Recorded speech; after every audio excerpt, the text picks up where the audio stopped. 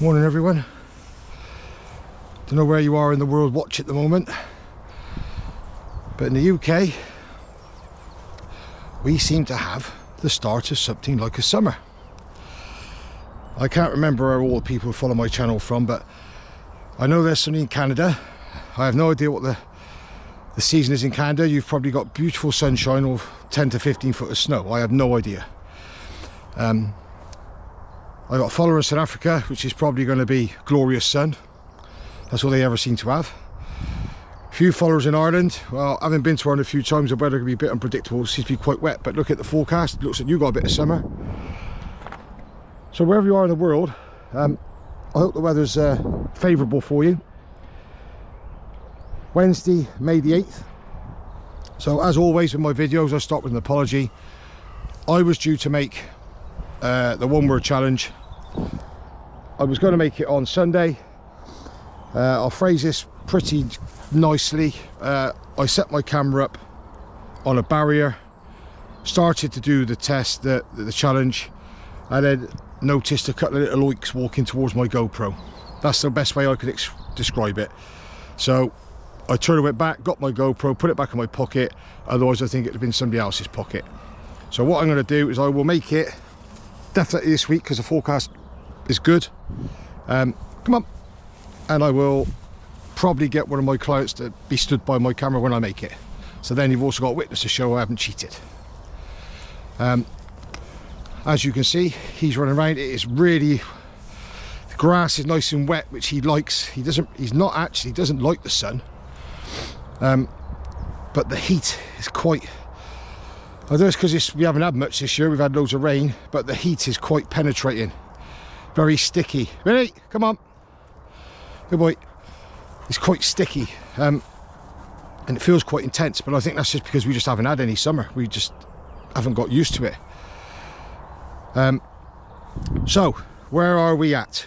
So hopefully I've got a few things I need to sort on the personal basis, but then coming in June, we're going to have, I've got some heel group sessions, I'm going to run some recall sessions, and there's a possibility I may run one of my trial reactive dog days as well, because somebody's kindly offered to let me use a field where we can have tea, coffee and all that, and people can park, and so it won't be a public field, so we won't get interrupted. That's the plan for June, but obviously I need to sort some other stuff out first.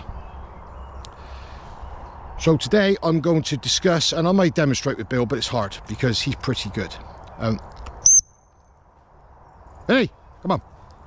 As you can see, hey, come on, this way. The biggest question I probably get asked: why will my dog not recall? Well, for me, they're all very similar. Let me just pip him back because he's been a bit of a dickhead this morning. Oh, he's already coming.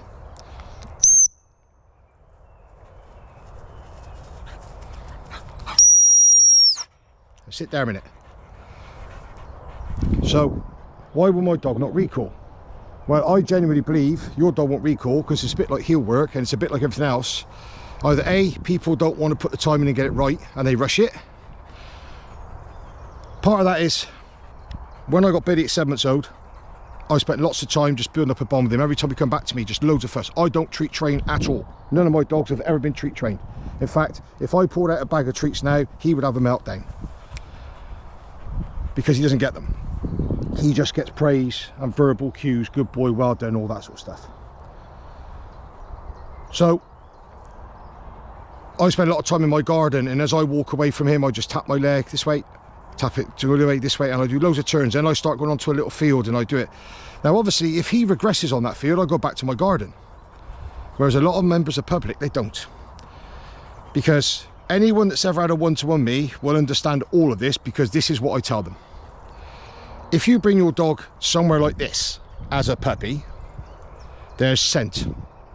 Bearing in mind, his strength of his smell is 10,000 times stronger than ours, so he smells things that I don't even know exist. There's scent here, there's wildlife. I come up here today, there was 3 foxes sat over there, there was some rabbits over there. But it's all about, as you can see, he's taking a mick this morning, so we're just going to do a little bit with him now. Sit up. So it's all about the more distractions you have. I made a video the other week about duration, distance, distractions. The more distractions, the less chance of success. But the other side of it is when your little puppy is off the lead and it runs over there, chases that pigeon, and you go, oh, look at him having some fun. You've now just said to your puppy, it's okay to leave me. It's okay to run over there and chase stuff. But when your puppy is 6, 8, 9 months old and it sees another dog and it runs over, and you're calling me he's not listening, then the embarrassing part comes in, doesn't it? And the stress comes in because the other person's going, can you call your dog back? Can you call your dog back? Well, you'll call your dog back, you ain't listening. So the other side of that is, I get it lots when I'm doing lessons. I'm working with a lovely dog, and a dog will get up and bark in its face, and the owner goes, it's okay, he's friendly. My reply is, well, that's all well and good, but how do you know this dog is friendly? Because a lot of dogs I do work with aren't friendly, and your dog is now off to the vets, if you're lucky. People don't get it. So recall.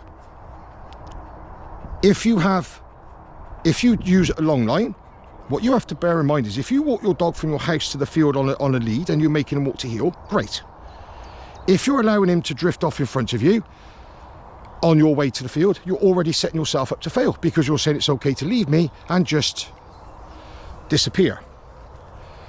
If you walk your dog to heel, like I've just done with Billy from the house to here, even when I get here, I walk him to heel for a good minute and a half, 2 minutes until we get into the field, because I make him understand, even though this is a bigger area, he still has to focus on me. It's not okay to go off and chase stuff.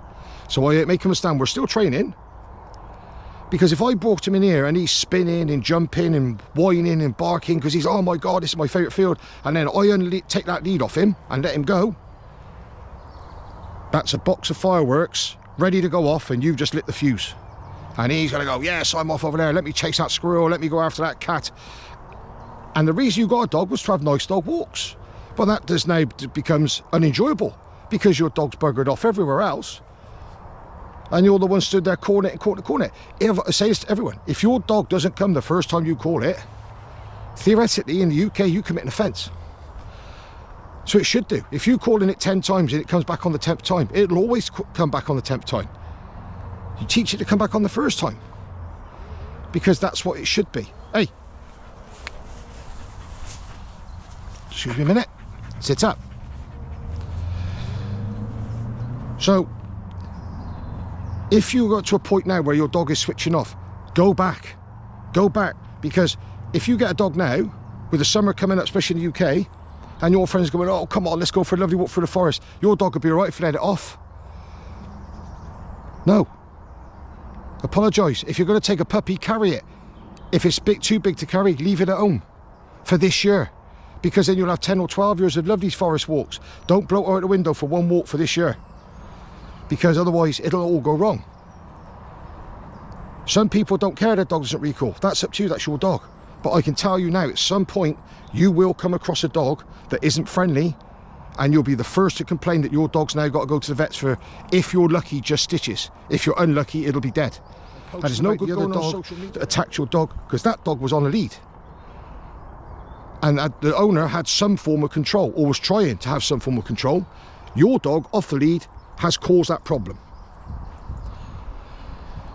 So, for me, it's all about basics. And the biggest mistake with everything, heel work, recall, all that, is people rush it. People, in the UK especially, don't go anywhere slow. Everything has to happen like now. Well, unfortunately, with these animals, it doesn't. If you're not prepared to put time in, repetitions, relentless repetitions, all weathers, different scenarios, don't get a dog. Don't get a dog, because you will fail. Absolutely fail. And the problem with that is, we have a situation where all the kennels and all the rescues at the moment are rammed full, mostly of XL bullies because of the government's changing law. They can't take any more dogs. You rock up with your dog like this, look, see? He's being very sneaky today. Sit up. They're full already.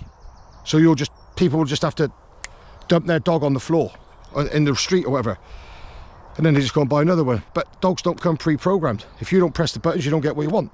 Fine example is this here. He should be sitting there now, but there's so much scent, he's trying to move away from that spot. If I allow that, he'll always move away. So now I just keep putting him back. He's not being told off, he's not being smacked, not anything. He's just being told, that's where he has to stay. I don't care if he lies down or sits.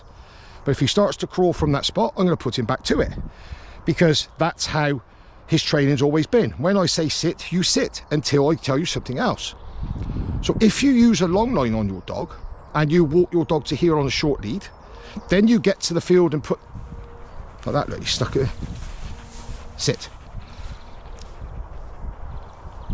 If you use a long line and you've come from your house to a field like this on a short lead, and then you've just clipped your long line and let your dog leave you, how does your dog know the difference between your heeling lead and your long line training lead? So what I would be doing is I'd be walking your dog to heel, and then when you put your long line on, I would still keep it heel because you've still got a lead on it.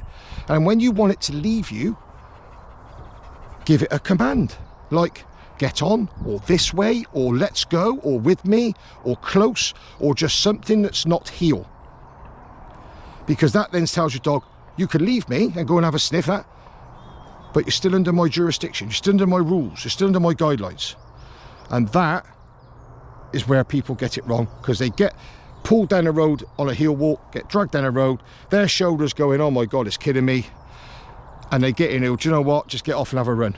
When the dog's gone, brilliant, tomorrow I'm going to pull you even harder so that I can have a run. But Mr. Bill Boy here is being one of them today. So that's in my opinion, and again, as always, these are my opinions and these are things I've done for 25 years and I've always had success. This is where people get it wrong. They don't use a verbal cue to release their dog. They rush it. Everyone rushes it. Everyone. Hold on a minute. See, so he knows. As soon as I walk towards him, he knows that he's got to sit his bum down. There is probably rabbits in that hedge and he can smell them. And he wants to go in there, but he's not, because in a minute I'm going to send him that way. But what is a recall? Well, a recall is when your dog's running away from you. It's not when the dog's running towards you. So that's what you need to practice on a long line. If your dog's sniffing around you, don't do a recall. Just let it be. Recall it when you need it. So I'm going to show you now with him. Bill, get on. That means he can move now. He can go, right? So he's running around. In my opinion, he's still within my nice comfort zone, so he can run. If he goes a bit too far, he'll turn like that, because that's what he's conditioned to do. If he doesn't turn, I'm going to pip the whistle to make him turn. And it's non-negotiable. If I pip the whistle, he doesn't turn, then I will usually just say his name. And if he still doesn't turn, he's going back on the lead and we're going to train it again. Because that's how it has to be. We have to keep, get on. So watch. So he very rarely will just run off from me, because he's always checking in with me, because he's waiting for me to see if I've got a dummy or a ball. I have a tennis ball in my pocket, but I'm going to make him work for now without it, because that's what I want him to do. He's not going to get a tennis ball every time we come out. For the last few weeks he has, because I've been a bit parched for time and I've worked out that he's starting to get a few bad habits with it. So now, last few days, he's probably only getting one retrieve in a 45-minute walk. And that will be right at the end before we finish, because that's the bit he's going to remember. So even now, he's staying close to me, he's not running off. He'll arc around there, so that's fine as well. If he ran in a straight line that way, when he gets to where I believe is his limit, he would get a recall whistle and I would expect him to turn and come straight back to me. So if I walk away from him now, he's got his nose down, so he's completely disengaged. Pit the whistle, he's already gone. Whatever I was doing has to stop. I've got to go where Dad is. Perfect. That's the only communication I have with him. Pip of that whistle. If he hasn't responded, then he'll get a verbal, and if he still doesn't respond, which I'd be amazed if he didn't, but if he didn't, he'd go back on a lead and I would retrain. Is that scenario, I'd get a long line and I'd put him there and I'd retrain it for about 30 minutes till he gets it. But this is all because all of this, and people go, yeah, but it's okay for you because your dog's well trained. But he didn't come like this. He comes a blank canvas. I have spent hours, weeks, months doing this. Every day. If you watch my videos, I come up here quite a lot because it's local to my house. But everywhere I go, we train the same. Nothing changes.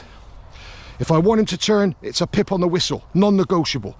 If I want him to sit, it's a long continual blow on the whistle, non-negotiable. If I want to come back, it's a pip, pip, pip, pip, pip, non-negotiable. Because then dogs, believe it or not, don't like change. Which is why if suddenly if you move house or there's a separation in the family, quite often you'll see your dog's behaviour change because they don't like change. Even now, he's not running off from me, which is fine by me. He can just chill out. What I don't want is, like for me, his limit right now would probably be this wooden stand thing here. Once he starts to go past that, he's going to start thinking that there's something great out there. So I need to make him turn and make him understand all the great stuff comes in from by me. So he's disengaging a little bit, so I just want to change. And back he comes, and he can just carry on being a dog now. Because I have no fear of him running off. Because his focus is on me. Because I've put the time in.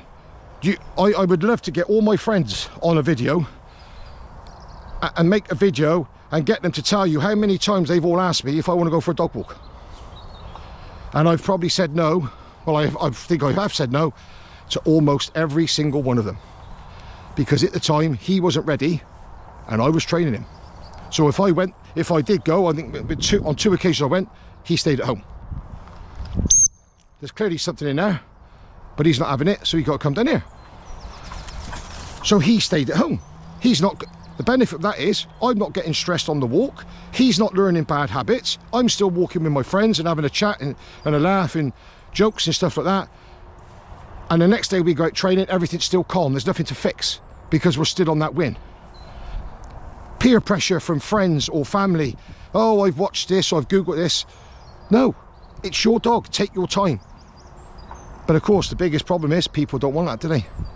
They want to take their dog out, they spend a week doing recall, oh he's brilliant now, let's go down the beach and that, and wonder where their dog buggers off. Well, so like now he's running away from me. That's my recall.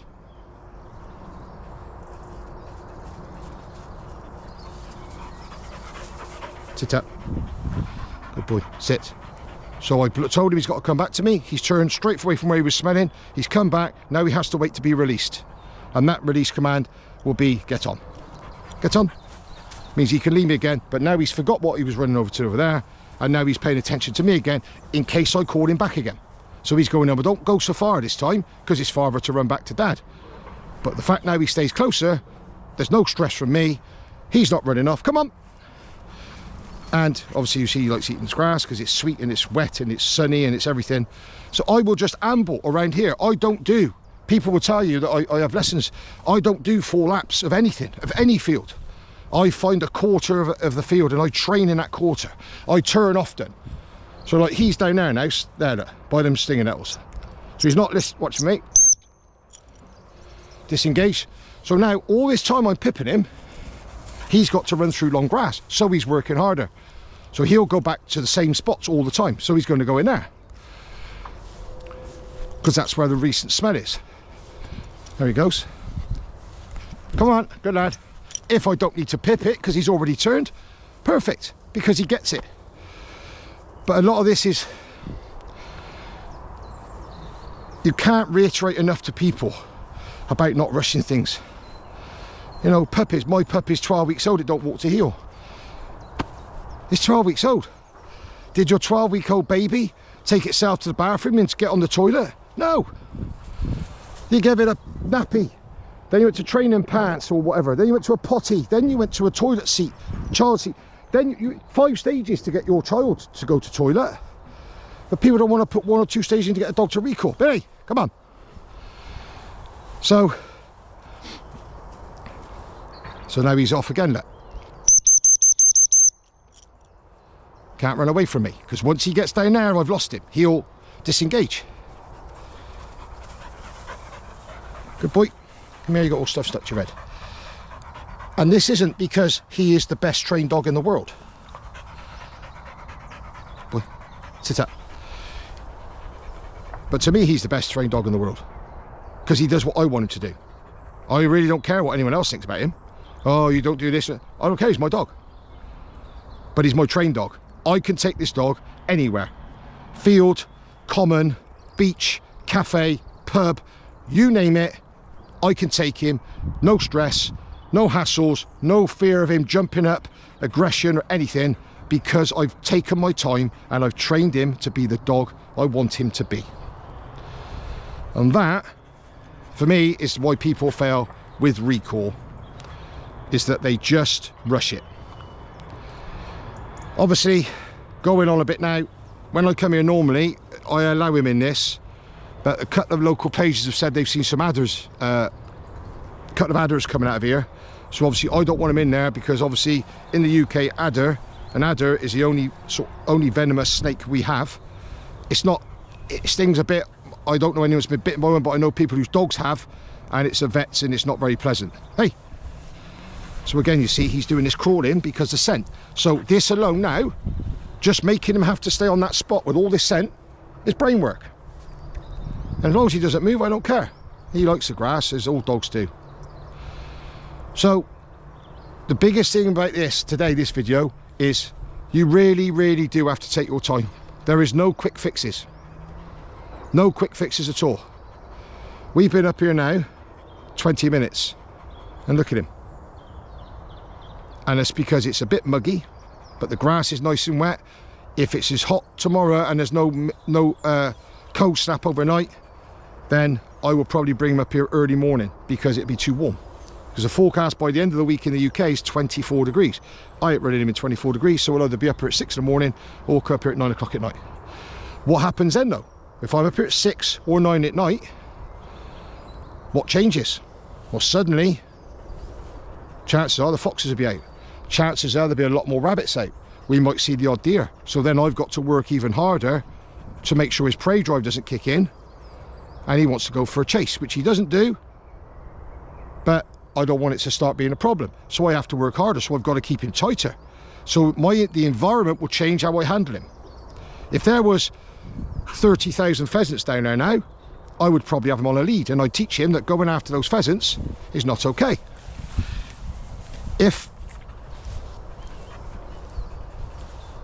And then over time, what we do is we do it off the lead, and I just make him sit and I bring him away. I don't want him to walk through them to prove a point. I don't want him to walk through a load of pheasants. I want him to see them and know my whistle means whatever you're doing needs to stop, and you need to turn or come back to me. That's it. And that's all it is. It's all about what we call conditioning, and you've got to build this up, people. You really have. But apart from this, I am extremely busy, and as always, I am very, very thankful for everyone that recommends me, puts a review on my page, and follows me on YouTube. YouTube, we're up to 370 followers. I'm still trying to push it. If we could get 1,000, be a game changer, because I can start offering free stuff. But we got to push it, people. It's free to subscribe to. I don't overload it with loads of videos. As you know, I might put one on a week, 2 on a week, 1 on every 2 weeks, whatever. I don't know what he's doing now. Hey. So it's just a case of the more subscribers we get, here, sit up. The more subscribers we get, once we get to 1,000, I start getting paid for the adverts, which means I can pass that financial benefit on with free group sessions, free lessons, free kit, free training aids, free leads, free dummies, you name it. I am in it to make money, but I'm not in it to make money out of people just for following me. That's going to be passed on. It's going to give me better equipment for training. I might be able to buy some like agility poles, so not do agility, but we can do heel work with taller poles instead of cones. Lots of different ideas, but I need followers, people. I need to hit 1,000. So please keep following me. As always, any comments, you can comment on this video or message me direct. If there's anything in particular you want to see, I'll try and do it with Bill. If not, if I've got a dog coming up that's got the same problem, we will, if the owner's happy, we'll video the session and do that. I've had some really good reviews about the reactive Malinois, the reactive Terrier, the reactive Great Dane, the group session, some cracking comments. And I don't care if I get one decent comment. The main thing for me is I don't get any bad comments. And that's the main thing. No negativity. One good comment is, to me, better than 10 negative ones, but I haven't had a single negative comment ever. So I'm really happy. Keep working hard, enjoy this weather, and if you got a week off, even better. Most of all, as always, give your dogs a cuddle. Take care, everyone.